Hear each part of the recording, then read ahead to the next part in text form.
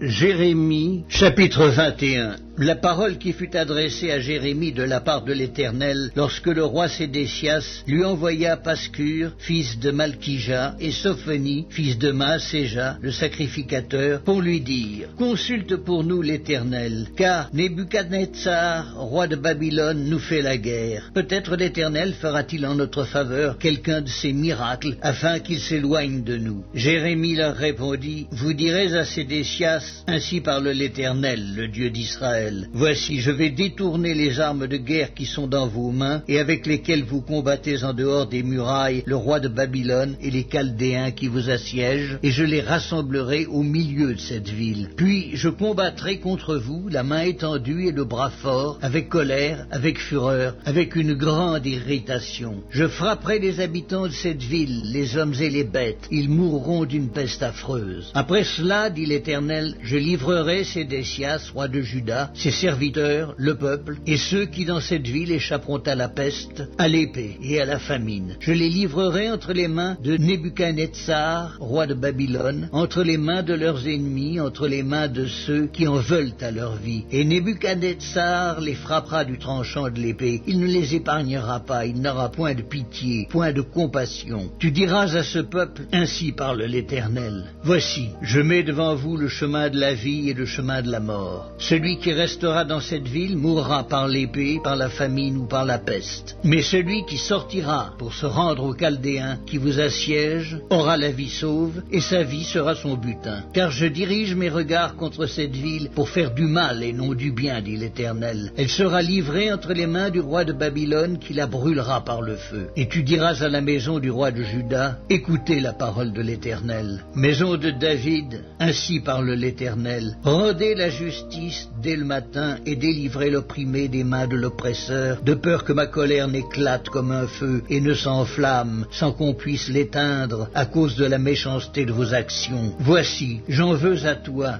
ville assise dans la vallée sur le rocher de la plaine, dit l'Éternel. À vous qui dites: Qui descendra contre nous? Qui entrera dans nos demeures? Je vous châtierai selon le fruit de vos œuvres, dit l'Éternel. Je mettrai le feu à votre forêt et il en dévorera tous les alentours.